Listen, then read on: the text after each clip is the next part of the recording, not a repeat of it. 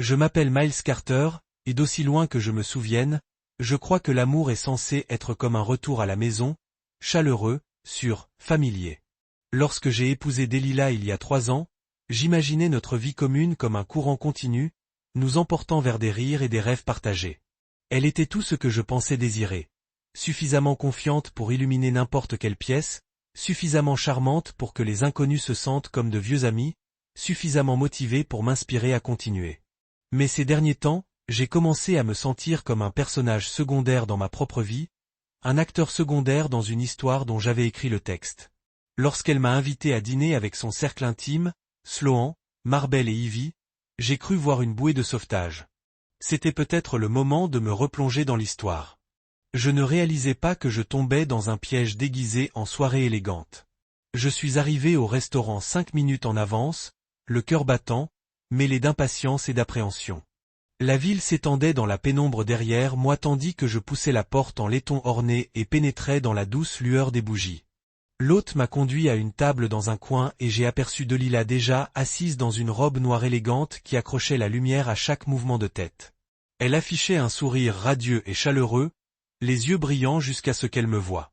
Puis son sourire a vacillé l'espace d'une seconde, telle la flamme d'une bougie emportée par le vent.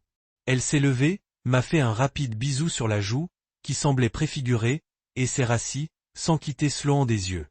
Sloan, le meneur de jeu, si l'on en juge par ses épaules posées et son sourcil arqué, m'a adressé un lent hochement de tête mesuré tandis que je me glissais en face de Delilah. Elle tenait son verre de vin comme un calice, un liquide rouge tourbillonnant dans la pénombre. Marbel s'est assise à côté d'elle, le regard oscillant entre moi et le menu, les lèvres pincées comme si elle gardait pour elle une blague intime. Ivy. Silence. Ivy, dont le rire sonnait toujours sincère, qui observait le monde comme une étrangère regardant par la fenêtre, se renversa dans son fauteuil, les bras croisés, un léger sourire aux commissures des lèvres. Les cheveux châtains de Delilah effleurèrent mon épaule tandis qu'elle se penchait vers Ivy, murmurant quelque chose qui les fit rire toutes les deux doucement en me regardant. Je sentis ce rire comme une brise me caresser l'échine, me laissant de marbre. Quand les boissons arrivèrent, cocktails et verres scintillants, je commandai une bière, espérant quelque chose de simple et de terreux, mais même mon choix devint une arme.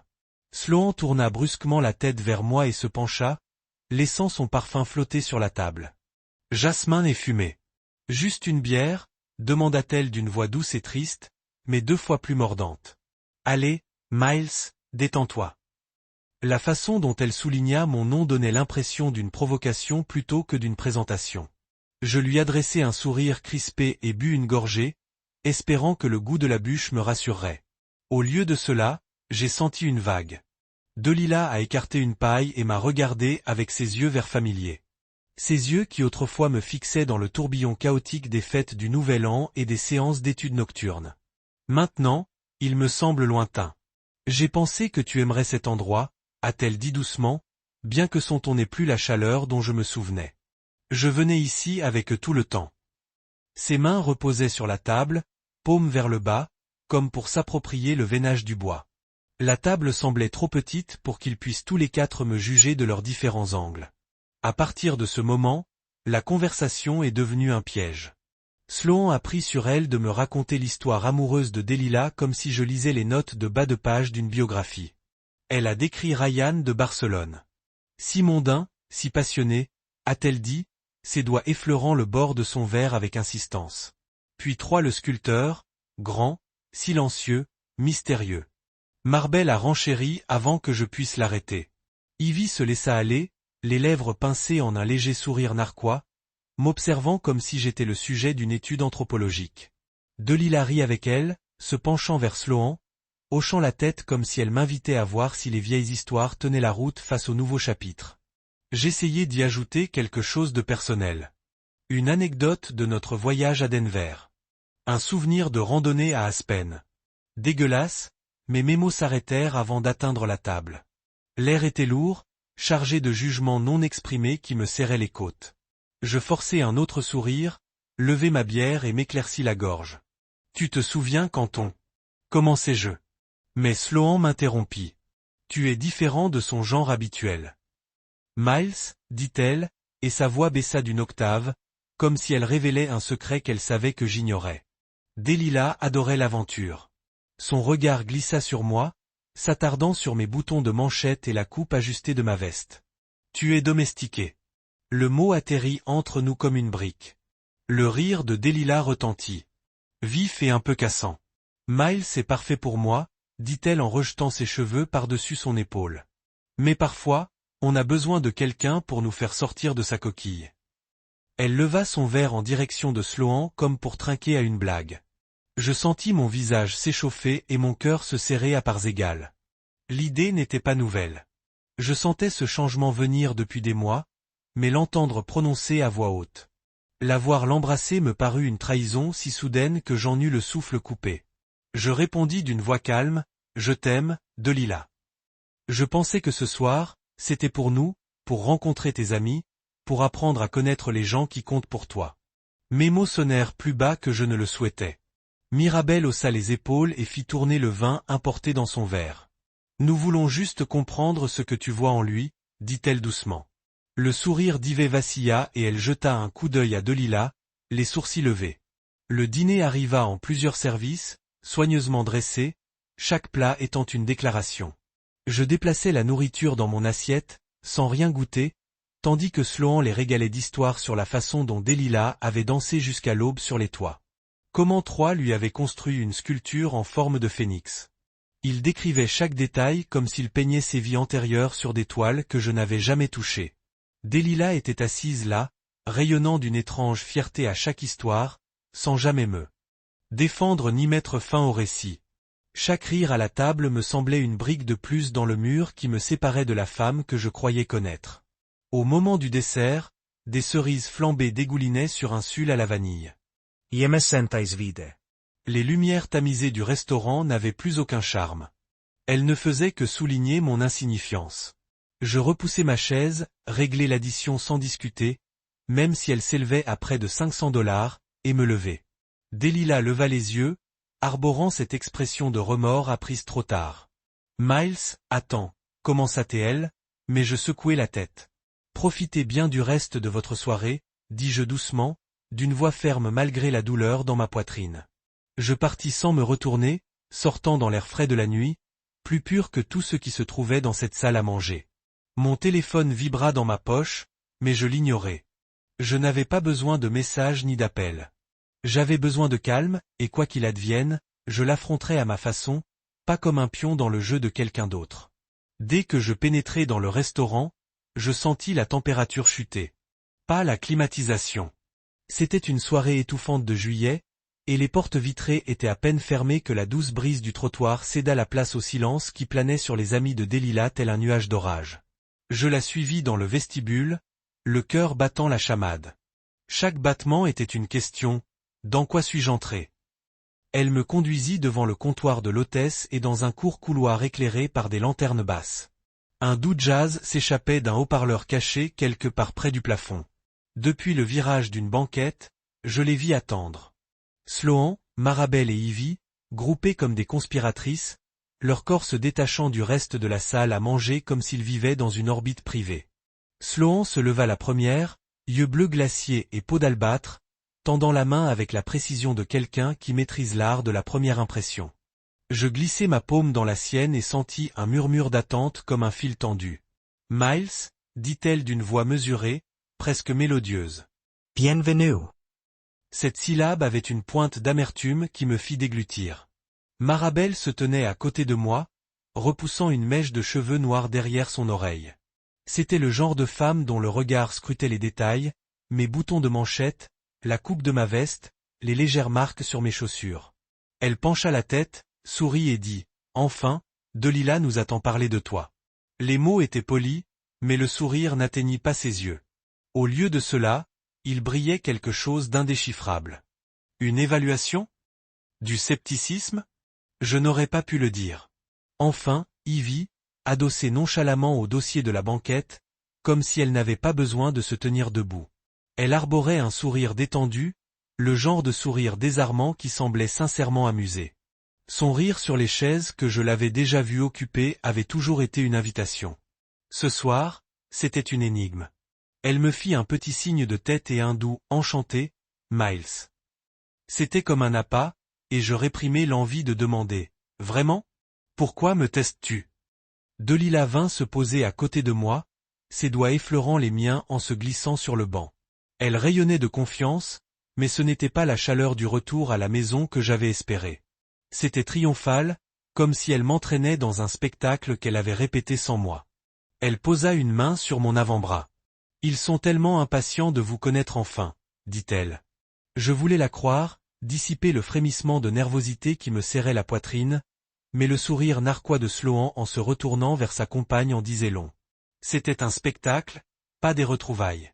Nous commandâmes boissons, cocktails et verres en cristal, tous plus extravagants les uns que les autres. La préparation de Sloan dégageait des volutes de fumée qui s'enroulaient autour du pied.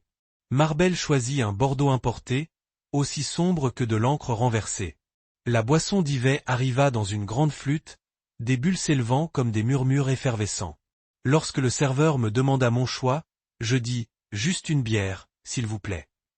Les mots tombèrent à plat, comme un script mal lu. « Juste une bière », répéta Sloan d'un ton doux comme du beurre, comme si elle félicitait un enfant qui s'essayait à la tenue de soirée. « Alice, Miles. »« Détends-toi. » Elle esquissa un sourire acéré sous ses paillettes. Je lui adressai un sourire rauque. « Merci, mais je pense que ça fera l'affaire. » La bière arriva 10 secondes plus tard.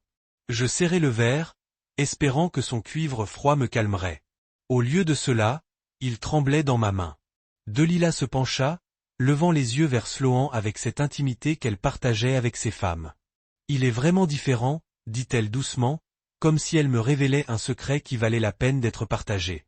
Mais, dans le bon sens du terme, ma gorge se serra sous le contraste implicite. « Différent de qui exactement ?» Le rire de Sloan tinta comme du verre. « Oh, absolument, » dit-elle en caressant le bord de son verre d'un ongle manucuré. Pas du tout ce à quoi je m'attendais. Le serveur arriva avec un amuse-bouche, un cannelle de quelque chose de fumé et d'exotique sur une cuillère en obsidienne. Nous en prîmes chacun un, mais je ne goûtais que de l'air. La conversation tourbillonna autour de moi, un courant m'éloignant de la terre ferme dont j'avais besoin.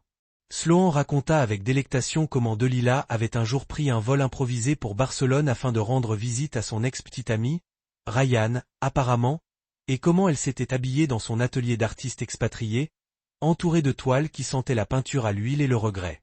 Au début, je l'observais, pensant que Delila allait intervenir, mais elle sirota simplement son cocktail et laissa l'histoire se dérouler.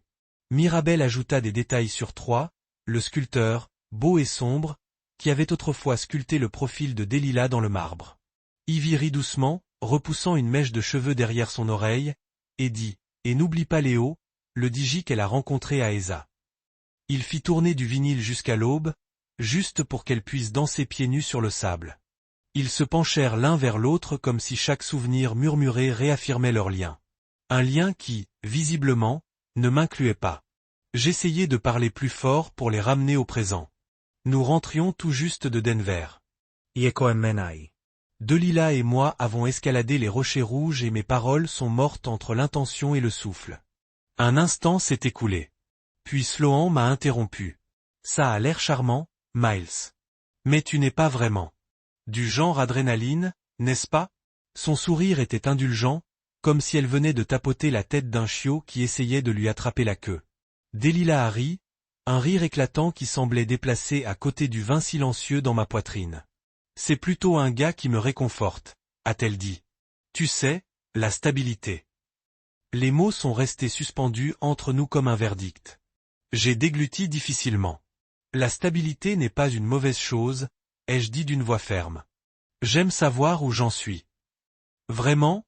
A demandé Marbel en haussant un sourcil. C'est tellement prévisible. Elle a fait teinter son verre de vin contre le cocktail de Delila, comme si c'était prévisible. J'ai forcé une gorgée de bière, la mousse me piquant les lèvres. Je préfère dire que c'est fiable.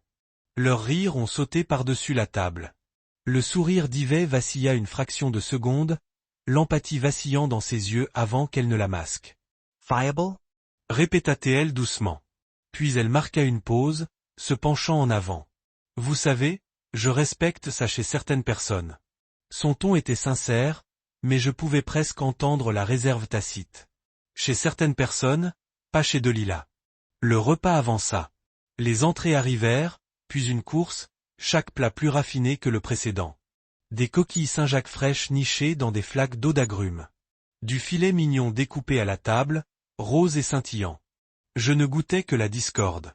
Chaque anecdote, chaque toast, chaque tintement de verre semblait destiné à me rappeler mon statut d'inadapté. Et Delilah ne me défendait jamais. Au lieu de cela, elle se penchait plus près de Sloan, partageant des blagues privées qui tamisaient la lumière autour de moi. Quand arriva le dessert, de décadentes parts de gâteau au chocolat fondant couronnées de feuilles d'or, je me sentis petit, inutile. Le silence du restaurant ressemblait à un silence de jugement. La promesse fragile d'une connexion s'était rompue bien avant que je franchisse ses portes. J'ai terminé ma bière et me suis assis, la poitrine haletante d'une déception que je ne pouvais exprimer. Delilah a tendu la main par-dessus la table et l'a posée sur la mienne. J'ai levé les yeux, cherchant de la chaleur dans ses yeux. Mais ce que j'ai vu, c'était une lueur d'amusement, la confirmation que la soirée s'était déroulée exactement comme elle l'avait prévu. « Merci d'être venu », a-t-elle dit à voix basse. « Non », ai-je répondu en soutenant son regard. « Merci pour l'invitation. » Je suis resté debout, laissant quelques billets sur la table, des verres de vin intacts, des miettes éparpillées de ce qui aurait pu être une agréable soirée. Je n'ai pas regardé en arrière. Je suis sorti dans la nuit humide, les portes se refermant derrière moi avec un silence final. Les douces notes de jazz persistaient à l'intérieur, mais pour moi, ce n'était que l'écho d'un langel. L'instant où j'ai réalisé que je n'étais pas à ma place dans la vie que je croyais être la mienne. Je m'installai dans le buffet en face de Sloan, Marbel et Ivy, comme si j'étais encore un acteur de ce jeu tordu. Mais dès que le serveur nous rassit l'appétit, l'atmosphère changea à nouveau, tendue, pleine d'attente et résolument inhospitalière. Sloan parcourut la table du regard, un verre aux lèvres, et commença à raconter les amours passés de Delilah comme si elle dévoilait les chapitres d'un roman épique. « Je me souviens de Ryan à Barcelone, dit-elle d'une voix chantante. Comment elle se réveillait avant le lever du soleil pour flâner dans le quartier gothique, s'arrêtant près des vieilles pierres pendant qu'il dessinait sa silhouette. Sa façon de peindre sa vie sur ses toiles, si romantique. » À ces mots, Delilah ferma brièvement les yeux, la lueur de la bougie vacillant sur ses cils. Je jetai un coup d'œil à Delilah, espérant qu'elle croiserait mon regard, qu'elle me fasse comprendre que nous étions désormais partenaires, et non plus de simples spectateurs de son histoire. Mais elle se contenta de sourire, de cette courbe calme et indulgente de ses lèvres, et se tourna vers Sloan comme si le souvenir leur appartenait à tous les deux, et non à un présent vivant. Mirabel ricana en faisant tournoyer son vin. Et Troy le sculpteur, oh, comme il avait gravé son nom dans le marbre. Il lui fallut des semaines sous le soleil, à ciseler chaque courbe de sa pommette. Il l'aimait comme une statue vivante. Elle tendit la main par-dessus la table et souleva celle de Delilah pour insister. Delilah laissa ses doigts s'attarder dans la paume de Marbel comme un passé secret entre âmes sœurs. Je ressentis les mots « statue vivante » comme une provocation, un rappel que je n'égalerais jamais les gestes grandioses de ses amours passés. J'essayai d'attraper le regard de Delilah, mais elle fixa son verre, le liquide rouge profond reflétant la lumière de la bougie. Puis Ivy se pencha en avant, les yeux brillants de malice. Et Léo le Digi et Esa se souvinrent comment ils dansaient sur le sable, les rythmes palpitant sous leurs pieds. Elle riait du ridicule, pieds nus, étourdis par le vin et les lumières stroboscopiques. Le rire d'Yvette était doux, mais il y avait quelque chose d'aigu dans sa voix, comme si chaque histoire était une lame pointée vers mon cœur. Je me suis éclairci la gorge. Ça a l'air incroyable, ai-je dit, la voix plus posée que je ne l'étais. Mais nous venions de rentrer de Denver. Delilah et moi avons fait une randonnée à Red Rock. Tu devrais voir la vue au lever du soleil. Nous avons parlé de tout. De nous, de notre avenir. Je me suis arrêté, cherchant une étincelle de reconnaissance, une bouée de sauvetage. Mais la seule réponse fut un étrange silence. La bougie entre nous crépitait, projetant des ombres qui rampaient sur la table. Sloan pencha la tête, le sourire aux lèvres, et dit « Tu es différent de son genre habituel, Miles. » Elle adorait l'aventure. Les mots étaient là, aussi délibérés et tranchants que des éclats de verre. Aventure, pas confort, pas stabilité. L'aventure, sous-entendait-il, était une qualité que je ne pourrais jamais revendiquer. Delilah leva son verre de vin et but une gorgée, ses lèvres effleurant le bord dans un geste si gracieux que j'en eus le souffle coupé. Elle ne leva pas les yeux. Elle attendit, laissant les mots reposer, suspendus dans le silence comme des accusations. Lorsqu'elle parla enfin, ce fut encore presque répété.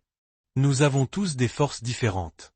Pas de défense, pas de réconfort, juste une reconnaissance placide qui me distinguait de son genre habituel. Mes joues s'échauffèrent, non pas de chaleur, mais de quelque chose de plus vif.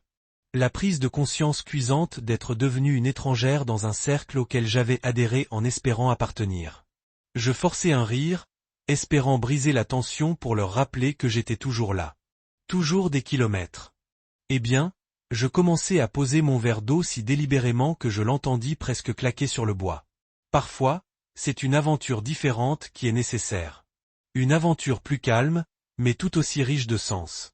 Je repensai au regard de Delilah, debout au bord de ces crêtes de grès rouge, nos souffles se mêlant à l'air frais de l'aube, à la façon dont elle s'était appuyée contre moi lorsque le lever du soleil avait doré le ciel. Mais cette image me semblait fragile, comme si elle appartenait à une autre vie. Le groupe échangea un regard, le demi-sourire de Sloan, les yeux plissés de Marbelle, le hochement de tête poli d'Yvet, puis Sloan se laissa aller en arrière, faisant tourner son verre. Bien sûr, si vous le dites.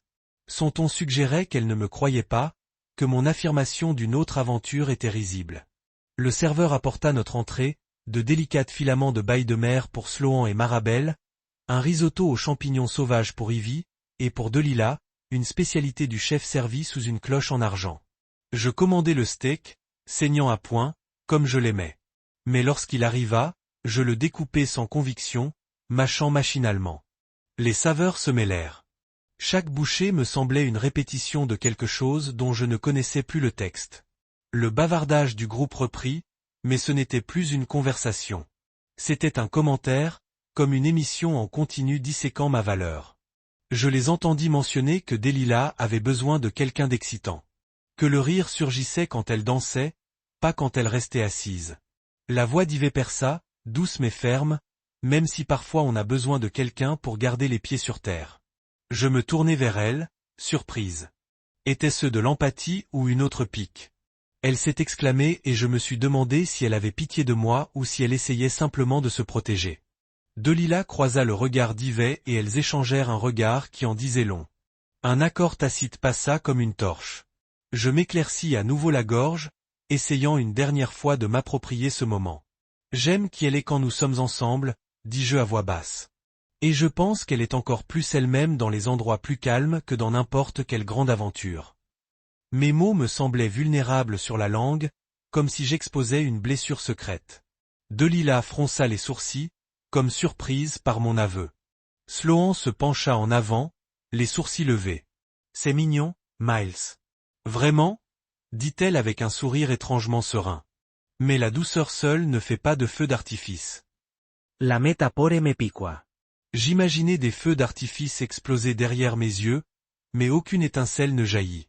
Au lieu de cela, je ressentis le vide d'un ciel trop vaste pour être rempli. Je pris ma fourchette, piquant la viande Tinder, mais la reposai bientôt. Je crois que j'en ai assez pour ce soir, dis-je doucement, plus pour moi-même que pour quiconque à la table. Je croisai enfin le regard de Delilah, ce partenariat autrefois promis, désormais distant et froid. Elle leva son verre vers moi, d'un geste délibéré, et dit à Miles, mon autre genre d'aventure. Le toast résonna autour de moi, creux et ironique. Je souris, me levai et me glissai hors de la banquette avant qu'ils ne puissent me témoigner leur hospitalité ou leur jugement. En me dirigeant vers la sortie, je sentis leur regard me suivre comme si j'étais un enfant capricieux, ravagé par un péché. Dehors, la chaleur de la ville m'enveloppait à nouveau, mais j'éprouvais un soulagement. L'air nocturne avait un goût de liberté malgré la douleur dans ma poitrine. Je hélai le taxi en silence, les néons se brouillant à travers la vitre tandis que la voiture démarrait. Je repensai au matin tranquille de Denver avec Delilah, au rire sincère partagé autour de crêpes et d'un café. Je réalisai alors que certains chapitres se concluent si clairement qu'on n'en voit la fin que lorsqu'on se détourne. Et que l'aventure dont j'avais tant rêvé ne se trouvait peut-être pas dans des gestes grandioses ou des lieux exotiques, mais dans la simple constance de quelqu'un qui m'avait vu, vraiment vu, et qui m'avait choisi malgré tout. Je fixai le menu un instant avant de finalement lever les yeux vers Sloan, qui faisait déjà tournoyer le mélange fumé dans son verre d'un geste lent et posé. Ses yeux, d'un bleu glacier et calculateur, se posèrent sur moi, et d'un mouvement de tête, exigèrent silencieusement de connaître ma commande. Sous son maquillage impeccable, je décelai une étincelle de curiosité, comme si elle avait du mal à croire que j'étais assez courageuse pour venir ici en étant moi-même.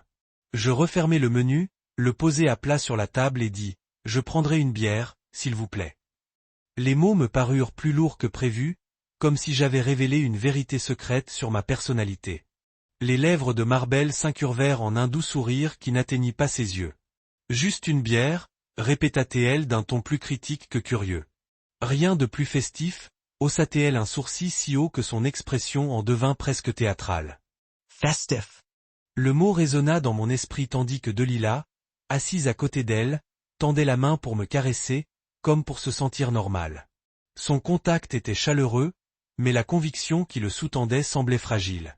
Je lui adressai un petit sourire rassurant et lui serrai les doigts. « Je vais bien », dis-je doucement. « C'est parfait. » Sloan se renversa en arrière, croisant les bras comme si elle s'apprêtait à un spectacle. « Allez, Miles », dit-elle d'une voix suffisamment basse pour que je sois le seul à l'entendre. Ce n'est pas tous les soirs qu'on fête ça ensemble. La joie dans ses yeux semblait forcée, comme si elle se moquait de moi à travers Delilah. Je m'éclaircis la gorge. « Fêter quoi ?» demandai-je d'un ton neutre, observant leur visage avec un malaise grandissant. Delilah profita de cet instant pour lever son cocktail, ses ongles parfaitement manucurés luisant dans la douce lumière. « Nous », dit-elle en faisant teinter son verre contre celui de Marbel et de Lierre. Le mot sonnait creux sur ses lèvres, comme si elle était à moitié convaincue que nous étions toujours ensemble. Je levai ma bière pour trinquer, incertain si je trinquais à la chose brutale que Delilah présentait comme « nous » ou à ma propre tentative de garder mon calme. « À nous », dis-je en prenant soin de garder une voix ferme. La boisson était froide et amère lorsque je bus la première gorgée. Un rappel brutal de ma propre réalité.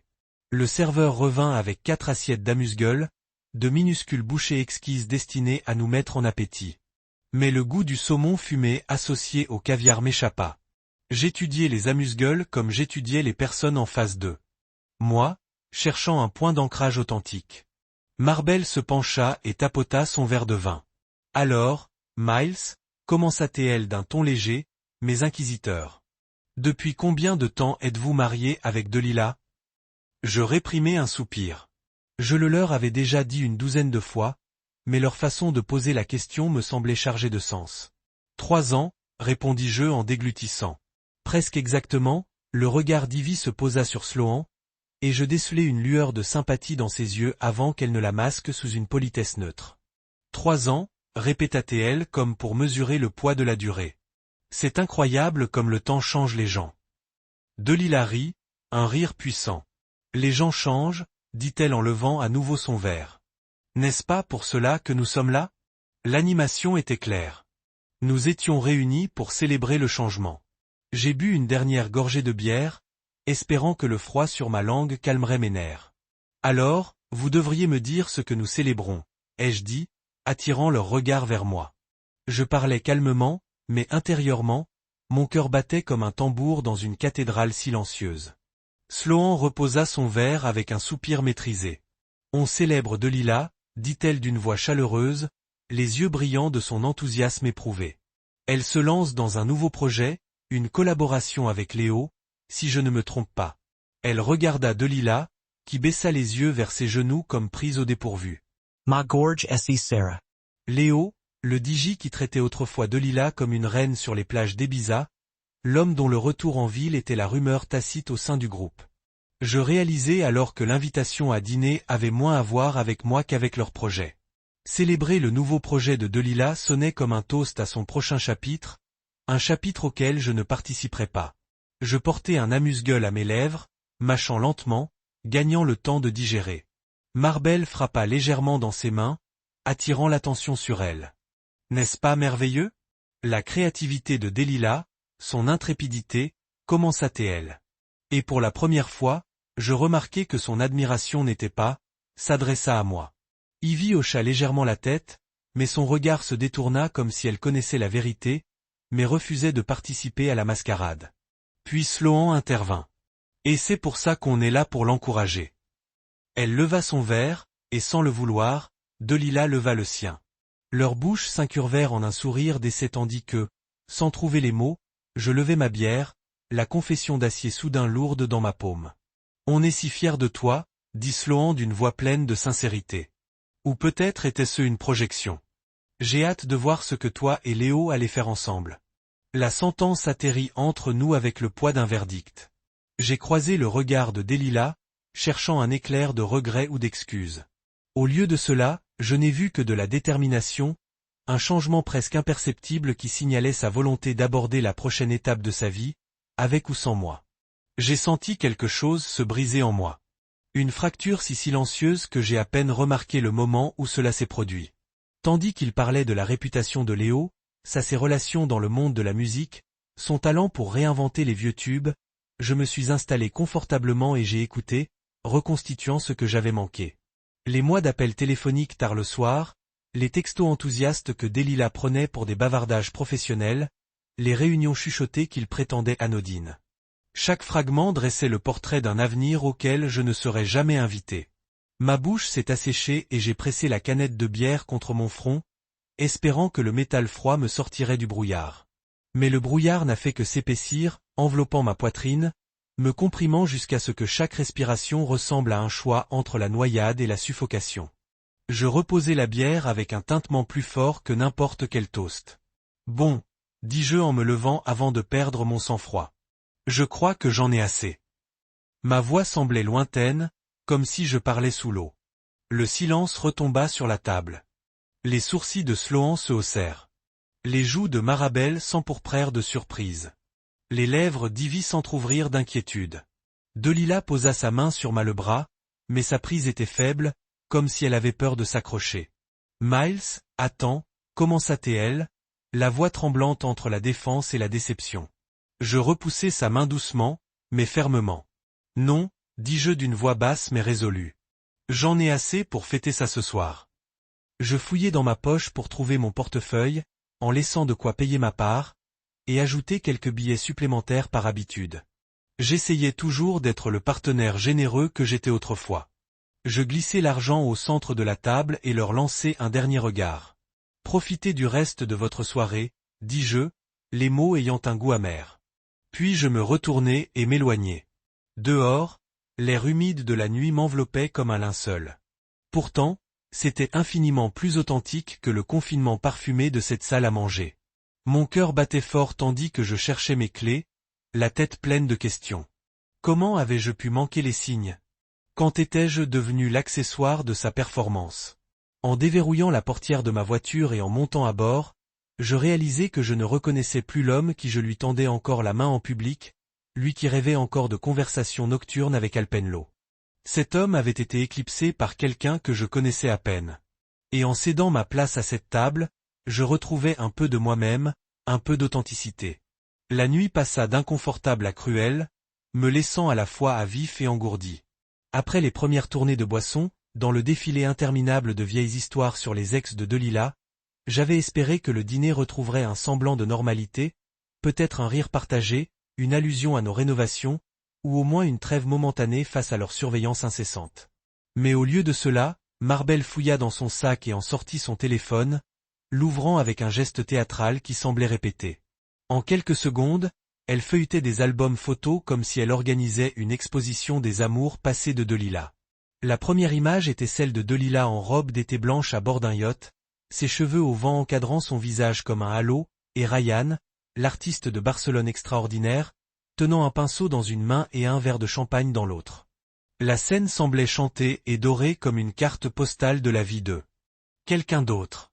Marbelle a passé le téléphone à travers la table. Sloan se pencha, ses yeux brillants de satisfaction, et Ivy pencha la tête pour apercevoir l'écran. Personne ne m'a même regardé. J'ai senti la main de Delilah trembler sur mon bras. Alors, je l'ai serrée doucement, dans l'espoir de l'ancrer et moi-même dans la réalité que nous avons partagée plutôt que dans le fantôme qu'ils ont convoqué. Mais Delilah a simplement offert un sourire serré et des excuses rapides. Tisol, Miles. J'ai oublié qu'elle les a sauvés. Son ton était aéré, comme commenter la météo de demain. Pas d'indignation, pas de défense, pas de tentative de me ramener dans le giron. Au lieu de cela, Marbel a tapé la photo suivante. Delilah riant avec Troy le sculpteur dans une cour du sommet bordée de statues en marbre. Chaque photographie était accompagnée d'une courte anecdote de Marbel chuchotait pour que seule Delilah puisse entendre, mais assez fort pour que j'aie attrapé tous les détails. Comment Troy avait chassé Delilah à travers un champ de coquelicots, l'épinglant contre un mur de pierre jusqu'à ce qu'elle se rende de rire. Comment il avait sculpté son nom en lettres en marbre par lettres jusqu'à ce qu'elle pleurait à la beauté de celui-ci. Delilah baissa les yeux sur ses genoux, les joues roses, comme gênée par la tendresse ces moments autrefois. Je voulais parler, leur rappeler et lui rappeler que le présent existait, que j'étais ici, que je l'aimais intimement d'une manière qu'il ne pouvait jamais comprendre. Mais mes mots sont restés dans ma gorge tandis que Sloan se levait soudainement, le téléphone à la main et regardait autour de la table comme s'il dévoilant la punchline d'une méchante blague. En parlant d'ex, a déclaré Sloan, la voix retentit trop clairement dans le restaurant silencieux. J'ai entendu l'EOS en ville. Ses yeux se sont éloignés entre Delilah et moi. Une lueur provocante qui brille sous ses cils. Je viens de voir un set à Pulse hier soir. Ils ont dit qu'il avait continué à chercher autour de quelqu'un. Le visage de Delilah est devenu mou. Son verre à vin vacillait dans sa main. Avant qu'elle ne puisse tousser ou se couvrir la bouche, Sloan se pressa. Je pensais que ce serait doux si vous vous reconstituiez. Vous savez, ramassez là où vous vous arrêtiez. Elle rit de ses propres mots, un son qui ressemblait à de la glace craquant sur un lac gelé. Ivy et Mirabel gloussaient, bien que le sourire de Marbel soit serré, comme si des bords tranchants se cachaient. Au lieu de cela, elle m'a regardé, les yeux écarquillés, comme si je ne le sauvais pas encore. Chacun une pierre jetée sur les murs en verre, en me séparant d'eux. Amusement. Le regard de Marbel se dirigea vers Ivy, dont les lèvres se contractèrent dans un demi-sourire qui en disent long. Puis ils se sont tous tournés vers moi. L'ensemble du groupe était assis en silence, à l'exception du bourdonnement doux des autres convives et du tissu discret des plateaux. Delilah a exhalé lentement comme s'il reçoit un souffle pour une performance et a finalement dit « Dieu, Miles, tu es si sensible ». Son ton était décontracté, comme si elle commentait ma préférence pour le rôti noir sur un rôti léger. Pas étonnant que rien ne soit jamais excitant avec vous. J'ai goûté le mépris dans ces mots comme du sel à travers une blessure et j'ai senti mon cœur se briser en fragments silencieux. J'ai inspiré lentement, sentant la tension enroulée dans ma poitrine et j'ai réalisé que je ne pouvais plus faire semblant. Toute once d'incrédulité, de blessure et de trahison qui me suffisaient depuis des mois à fusionner en un seul moment déterminé. Excitant, j'ai répété, une voix un peu plus forte. L'excitant est d'être la priorité de quelqu'un, se sentir en sécurité avec lui, sachant qu'ils ont le dos au lieu de vous transformer en leur punchline. L'excitant est la confiance, la Delilah et le respect. Mes paroles ont atterri avec du poids comme un gavel frappant un banc. Je pouvais voir le sourire narquois de Sloan, la mâchoire de Marbel, et l'expression d'Yvette se déplace vers quelque chose de plus complexe. Regrette peut-être, ou une solidarité mal à l'aise. Les lèvres de Delilah tremblaient, et elle détourna les yeux, incapable de rencontrer mon regard. À cet instant, le serveur est revenu avec nos plats principaux, plaçant des assiettes de poitrine de canard poêlée avant Delilah et une carbonara de pâte vierge avant Ivy. Le saumon de Marbel avait l'air succulent et le Sloan était parfaitement cuit. Les plats étaient magnifiques, mais je les ai vus comme des symboles de l'excès. Des extravagances qu'ils pouvaient se permettre parce que leurs amitiés ont prospéré sur la cruauté plutôt que la gentillesse. Je me suis levé et j'ai dessiné ma veste sur mes épaules. Les yeux des participants à la table m'ont suivi et la bouche se séparèrent de surprise. J'ai fini, dis-je, la voix stable maintenant avec un courant sous-jacent de résolution. Profitez de votre repas, je me faisais une pause, laissant les mots résonner, puis se sont retournés et se sont éloignés sans regarder en arrière, sentant le tissu lourd de trahison tomber comme un manteau mal ajusté. À l'extérieur, l'air de juillet était chaud sur ma peau, un contraste frappant avec l'intensité glaciale du restaurant. J'ai salué un taxi, chaque nerf de mon corps bourdonnant avec des parties à part d'adrénaline et du chagrin. Alors que la voiture s'éloignait, j'ai regardé les lumières scintillantes se brouiller dans des stries d'or et de rouge. Mon téléphone a bourdonné dans ma poche, probablement le nom de Delilah clignotant sur l'écran, mais je l'ai ignoré, serrant mon manteau serré autour de moi à la place. Dans cet exode silencieux, j'ai compris que certaines connexions sont censées se briser, non pas pour malgré, mais nous pouvons donc découvrir la force de rester seuls. Et alors que le taxi m'a avancé, j'ai réalisé que ce point de rupture était à moi, et que au-delà de cette nuit résidait le premier souffle de mon nouveau départ. Je n'ai pas dit un mot. Je suis juste assis là, la dernière fourche de canard poêlée à mi-chemin de ma bouche avant de le poser et de laisser le couteau croupez-vous contre l'assiette. Le bourdonnement bas du restaurant et la musique de jazz douce semblaient incroyablement distants, comme une radio jouant dans une autre pièce. Autour de moi, Sloan, Marabelle, Ivy et Delilah échangeaient des regards amusés, comme s'ils avaient juste été témoins d'un tour de magie, seulement au lieu de me faire disparaître, ils m'avaient dépouillé. Le rire qui bouillonnait de leur gorge était cruel plutôt que de célébration. Chaque note un rappel que j'étais la seule personne dans ce stand qui n'est pas sur la blague. J'ai pensé à leur donner une sortie, une chance de m'excuser ou d'expliquer. Mais la tension dans mes épaules m'a dit que leur soirée n'avait rien à voir avec moi. Ils étaient déjà à mi-chemin à travers leur cours, l'assiette de Delilah pratiquement intacte alors qu'elle tamponnait ses lèvres avec une serviette, Sloan tourbillonnant son verre et attrapant la lumière comme des diamants liquides.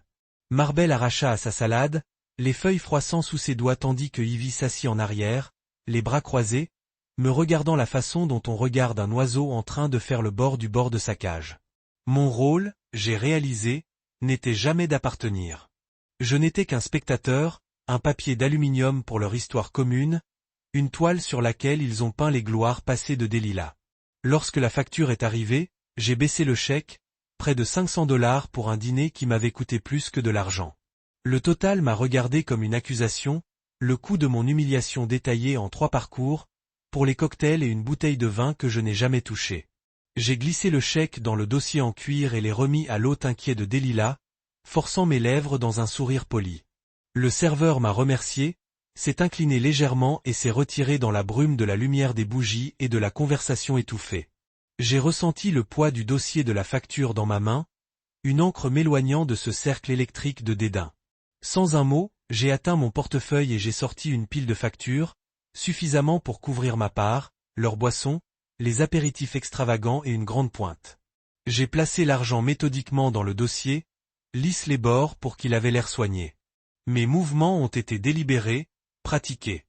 J'avais payé d'innombrables factures au fil des ans sans aucun doute. Ce soir ne serait pas différent.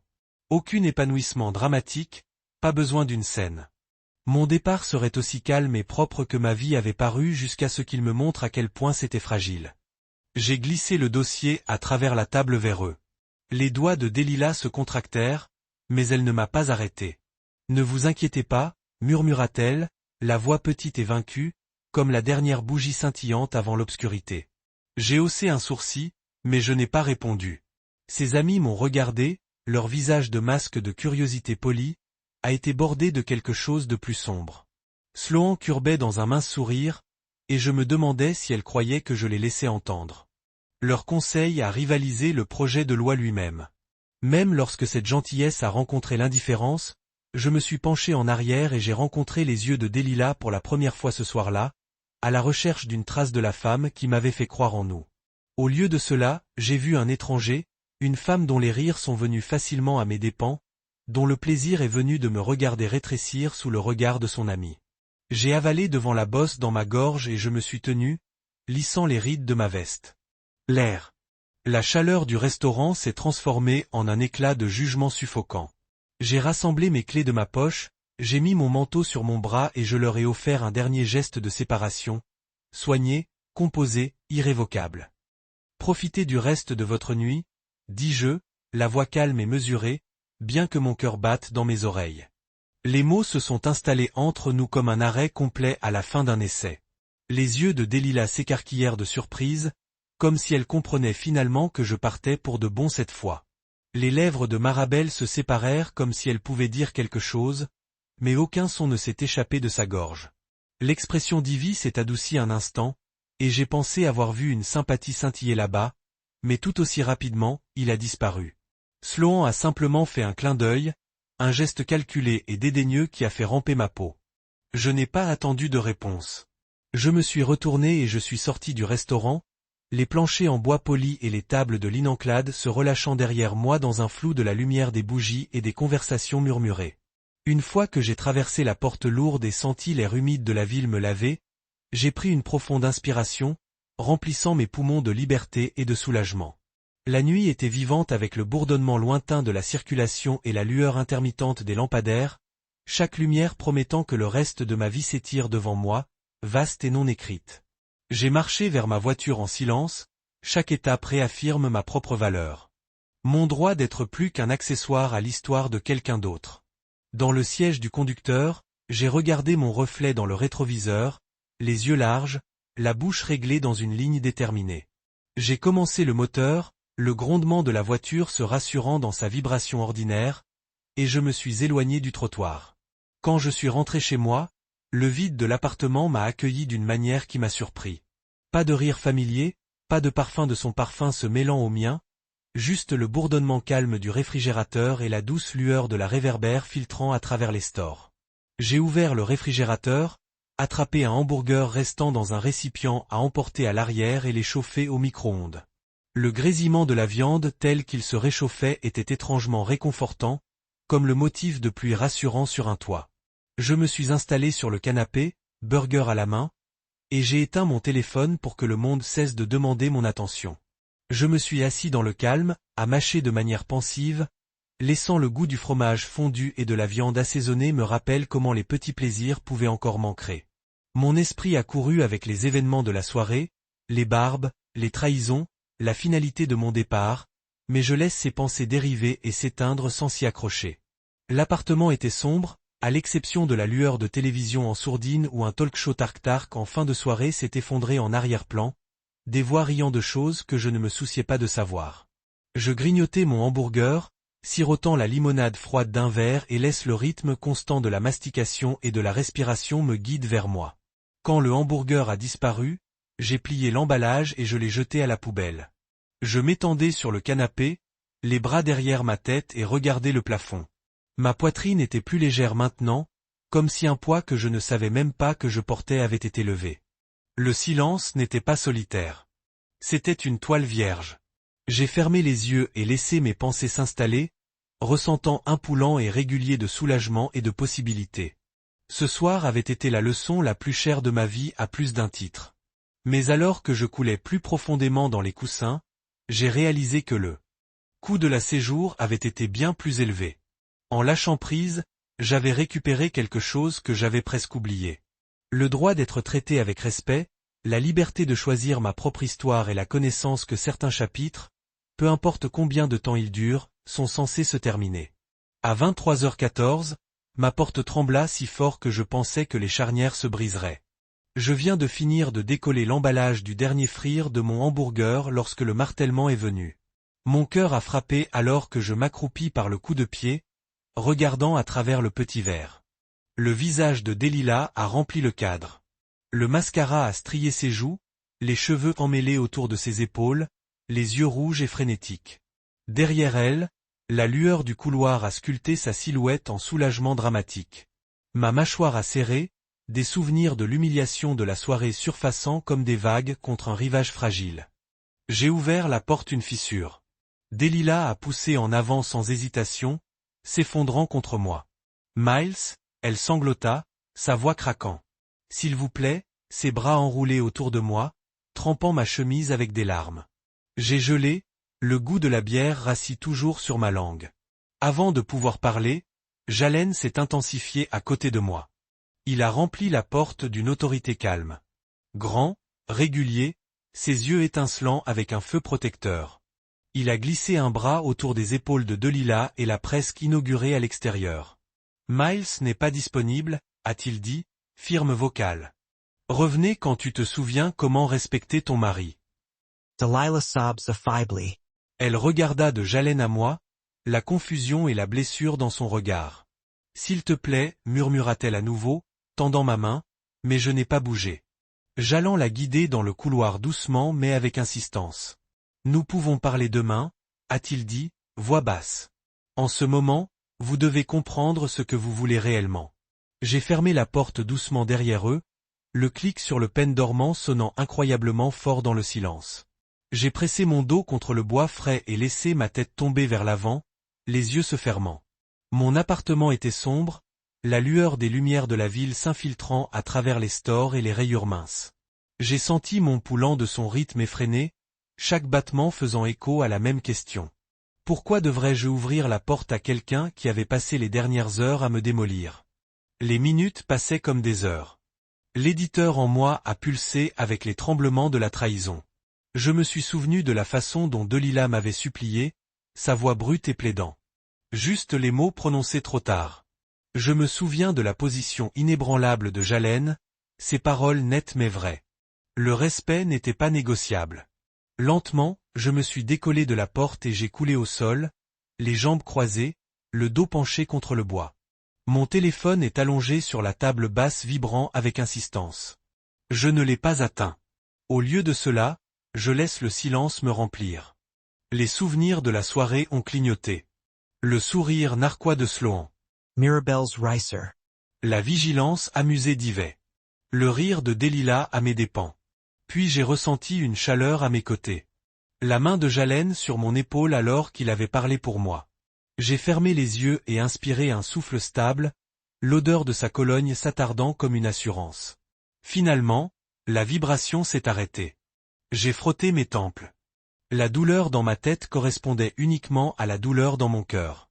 Je glissai mon dos dans la porte jusqu'à ce que je m'assis sur le sol frais, les jambes s'étiraient, fixant l'étendue vierge du mur.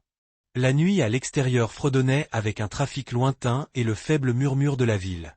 Mais à l'intérieur, j'ai trouvé un silence que j'avais envie. Pas de jugement, pas de condescendance, juste l'écho régulier de mon propre souffle. Quand je me suis finalement tenu, je me sentais plus léger, comme si j'avais perdu une couche de doute et de douleur. J'ai tourné sur la lampe à côté du canapé, sa lueur douce bannissant les ombres. J'ai versé un verre d'eau, puis j'ai coulé sur le canapé, enroulant mes bras autour de mes genoux. Dans ce calme, j'ai réalisé jusqu'où j'avais dérivé de moi-même, combien de temps j'ai toléré d'être traité comme moins qu'égal. Mais grâce à Jalen et à mon propre point de rupture, j'ai compris que les excuses ne suffisaient pas. J'avais besoin de changement. Je mets le verre sur la table basse et j'ai atteint mon téléphone. Il n'y avait pas de message de Delilah, juste l'écran vide en attente de l'entrée. Je l'ai regardé un instant, puis je l'ai éteint. Demain, je déciderai quoi dire, comment avancer. Ce soir, je me reposerai en sachant que je n'avais pas à réparer ce qu'elle a cassé. J'ai fermé les yeux et laissé le sommeil me prendre. Le silence de la promesse de quelque chose de plus fort que la peur. La promesse de renaitre de soi de Renaissance. La lumière du matin inclinée à travers les stores et les lignes tranchantes sur ma table de cuisine alors que je sirote du café noir et je fais un défilé à travers mon téléphone, en mettant le sommeil de mes yeux. À mi-chemin de ma liste de notifications, j'ai gelé. Un texte de groupe des amis de Delilah, tous la félicitant de passer si rapidement. En dessous, des chuchotements du nom de Jalen sans mêler d'insinuations que j'avais passé la nuit précédente avec lui d'une manière que je n'avais jamais divertie. Mes mains tremblaient autour de la simulation.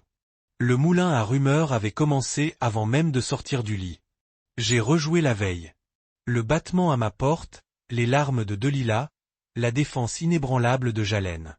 J'ai été trop stupéfaite, trop blessée par sa trahison dans le restaurant pour réaliser qu'elle armenterait la rumeur. Maintenant, chaque message ressemblait à une piqûre fraîche, une lame de méfiance entre nous. J'ai regardé l'écran, l'incrédulité se mêlant à la fureur. Je voulais l'appeler, exiger qu'elle dise la vérité, mais ma voix a craqué à la pensée. Combien de mensonges avait-elle déjà tissés autour de nous? J'ai mis mon café de côté et je me suis dirigé vers l'appartement de Jalen dans le couloir. Il a répondu à la porte, aux yeux flous mais alertes, inquiet, tricoté son front quand il a vu mon visage. « Que se passe-t-il » il a demandé. Je lui ai montré les textes, sa mâchoire se serra en lisant, puis adoucie de colère en mon nom. « Elle a vraiment fait ça, dit-il tranquillement, me glissant à l'intérieur. C'est bas, même pour elle. » Je coulais sur son canapé, le cœur martelant. « Elle leur a dit que je t'avais fini, dis-je, Voice-Hollow. Elle a suggéré que quelque chose s'est produit et ils l'ont tous acheté. » Un rire amer m'a échappé. Elle l'a répandu comme un gospel. Jalen secoua la tête. Elle a essayé de vous humilier et de vous en blâmer. Il s'est assis à côté de moi. Je suis désolé, Miles, mais vous nous avez, votre vrai cercle. Ces paroles ont été bombardées à mes nerfs bruts. Nous nous sommes assis en silence un instant, laissant la vérité de sa loyauté s'installer dans ma poitrine. Plus tard dans la journée, j'ai entendu Ivy. Son texte disait « Miles, je suis vraiment désolé. Je n'ai jamais voulu que cela se produise. Je ne suis pas d'accord avec leur plan. Delilah a tout orchestré. Le monde. » dit, appuyant une serviette dans sa paume. Je suis désolé de ne pas vous avoir protégé. J'ai écouté Ivy à détailler comment le dîner était prévu autour de l'apparence de Léo, comment chaque question et toast ont été conçus pour me rabaisser. Mes jointures blanchissaient autour de la tasse de café. Elle voulait que je poursuive Léo, dis-je, goûtant l'absurdité pour prouver que je n'étais pas ennuyeux. Ivy hocha la tête, les larmes scintillaient. Elle a attaqué votre confiance pour que vous courirez après lui, ou du moins l'air stupide en essayant. Le poids de ses paroles s'installait comme des cendres. J'ai réalisé à quel point Delilah avait été emprunté de performance et j'avais été le public involontaire. Ivy a atteint la table et m'a serré la main. Vous méritez mieux que leur match, a-t-elle déclaré. Vous méritez quelqu'un qui vous voit, pas quelqu'un qui vous utilise. Sa gentillesse a rétabli quelque chose en moi. J'ai hoché la tête, sentant une étincelle de résolution allumée. Merci, murmura-je, de m'avoir dit la vérité. Nous nous sommes assis ensemble plus longtemps, en parlant de vraies choses. Souvenirs d'enfance, chansons préférées, l'étrange ressemblance entre son chat et une célèbre sitcom féline. À chaque rire authentique, les restes du cycle de rotation sont tombés, et je me suis souvenu de ce que ressemblait à la connexion honnête. Quand j'ai quitté le café, je me sentais plus léger que je ne l'avais fait depuis des semaines. La rumeur s'estomperait. Ivy a promis de le corriger tranquillement. Mais plus important encore, je savais que j'avais choisi mon propre chemin. Je ne serais plus un pion dans les performances élaborées de quelqu'un d'autre. Alors que je marchais sous le soleil de l'après-midi, chaque pas résonnait avec une confiance renouvelée. J'avais fini de faire le tour de leur jeu cruel, et il était temps de forger un cercle, celui construit sur la vérité, le respect et la vraie compagnie. Je n'avais pas prévu d'épicerie ce soir-là, mais quelque chose en moi avait envie de faire du stockage sur des produits plutôt que de naviguer dans une autre confrontation. L'air à l'intérieur du supermarché était frais et des lumières fluorescentes stériles et fluorescentes fredonnant au-dessus. J'ai poussé mon chariot devant la boulangerie et la charcuterie. Mon esprit dérivant sur un courant constant de souvenirs des dernières semaines. Quand j'ai contourné le coin dans l'allée du congélateur, je gelais. Là, elle se tenait, Delilah, appuyée contre les poids surgelés, une silhouette florant prise entre regret et soulagement. Ses cheveux pendaient dans des vagues lâches et elle portait la même expression que j'avais vue dans mes rêves. Vulnérable, plein remords, incertain. Ma poitrine s'est resserrée. Toute la blessure et la colère que je pensais que j'avais laissée derrière semblaient retomber en un instant. Miles, dit-elle, la voix a étouffé, la syllabe tremblante. Elle s'avança alors que mon chariot roulait entre nous. Pouvons-nous parler ? Je l'ai étudié tranquillement, mes mains agrippant la poignée du chariot si étroitement mes jointures hachées. La lumière fluorescente a réduit ses traits, en magnifiant l'épuisement dans ses yeux. Il ne reste plus rien à dire, ai-je répondu, voix basse. J'ai jeté un coup d'œil à la porte du congélateur à côté d'elle, ces modèles de gel gravés comme des souvenirs trop têtus pour essuyer. Delilah baissa les yeux, les lèvres tremblantes. J'étais stupide, murmura-t-elle, accrochez-vous. Je suis vraiment désolé. Je le suis vraiment. Elle a tiré une liste de courses de sa poche et l'a lissée contre sa paume comme si c'était un bouclier. Nous manquons. Tú me manques. J'ai senti que l'air en moi se déplaçait, la vulnérabilité tourbillonnant dans ma poitrine comme si je pensais au dîner meurtrier, aux rumeurs, aux nuits que j'avais passées à rejouer chaque mot tranchant. Pourtant, ici, elle était, offrant des excuses si brutes qu'elle a menacé de me briser à nouveau. Manque de respect. Vous manquez quelqu'un qui sacrifierait sa propre dignité pour votre approbation. Les yeux de Delilah se sont coupés de larmes.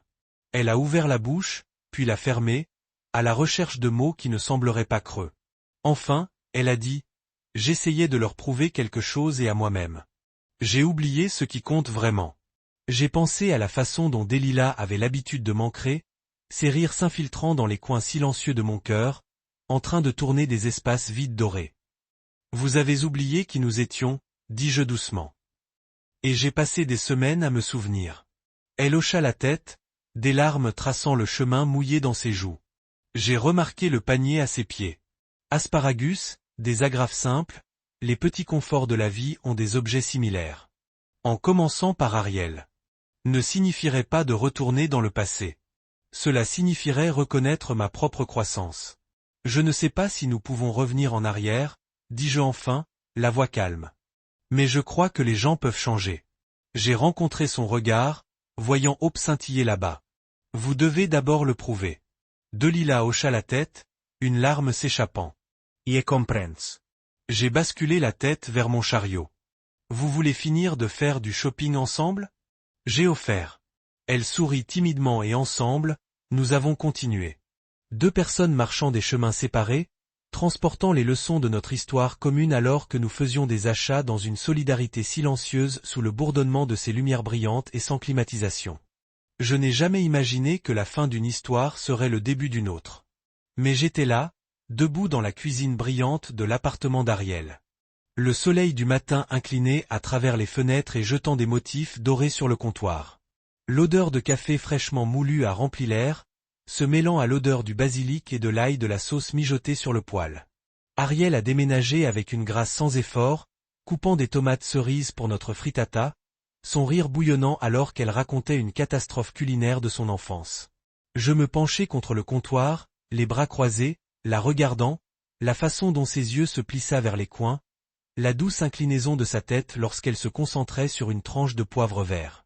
C'était le genre de matin que j'avais supposé autrefois me dépasser, réservé aux personnes dont les mensonges étaient exempts du genre de cruauté que j'avais enduré. Au-delà du basilic, a-t-elle dit, et je l'ai remise, nos doigts se brossant un instant.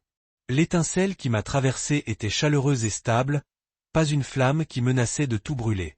J'ai souri, pensant à quel point c'était naturel d'être ici côte à côte plutôt que de m'asseoir sur une table où j'étais fait pour me sentir petit. Ariel leva les yeux, renvoyant mon sourire avec celui qui parlait à la fois d'affection et de solidarité. Nous avons mangé notre frittata sur le petit balcon surplombant la ville. Le ciel était clair et le bourdonnement lointain de la circulation ressemblait à une berce apaisante au lieu d'un rappel des nuits agitées. J'ai siroté mon café et parlé de l'atelier d'écriture que je prévus d'y assister. J'estigne avec des mains animées pendant que Ariel écoutait, vraiment intéressée. Elle a posé des questions, se souvenait des détails que j'avais mentionnés il y a quelques jours et a célébré mes objectifs comme s'ils étaient les siens. En sa présence, je me sentais vu et respecté. Plus tard, j'ai plaisanté avec Jalen que j'avais finalement maîtrisé l'art de cuisiner sans déclencher l'arrière de la fumée. Il a ri, m'a très bien conçu et a annoncé que la semaine prochaine, il organiserait un double rendez-vous pour que son fiancé puisse rencontrer Ariel. J'ai ressenti ce signe de tête familier de l'anxiété. Et si de nouveaux amis m'ont déçu? Mais Ariel m'a serré la main et je me suis expiré, faisant confiance au cercle de gentillesse pour la première fois. Ce soir-là, j'ai trouvé le réception de $500 niché derrière le miroir de la chambre.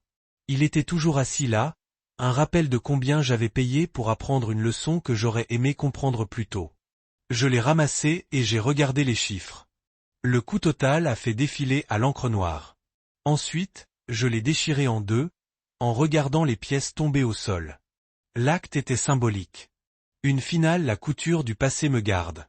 Alors que je balayais les fragments dans la pelle à poussière, j'ai réalisé jusqu'où j'avais parcouru. L'amour sans respect m'a coûté cher. Mais cet investissement m'avait appris à reconnaître ma valeur. Maintenant, j'ai passé mes journées à rassembler des moments qui semblaient authentiques. Petit déjeuner à la maison, tard dans la nuit, parle de rêve, marche silencieuse dans le parc main dans la main. Chaque expérience a réaffirmé la leçon qui m'avait coûté $500 et d'innombrables nuits sans sommeil, mais m'a également conduit à quelque chose d'infini plus précieux. Debout dans la douceur de mon salon, Ariel à mes côtés, j'ai souri et chuchoté, valant chaque centime. Et dans ce sourire, j'ai ressenti la vérité de chaque mot.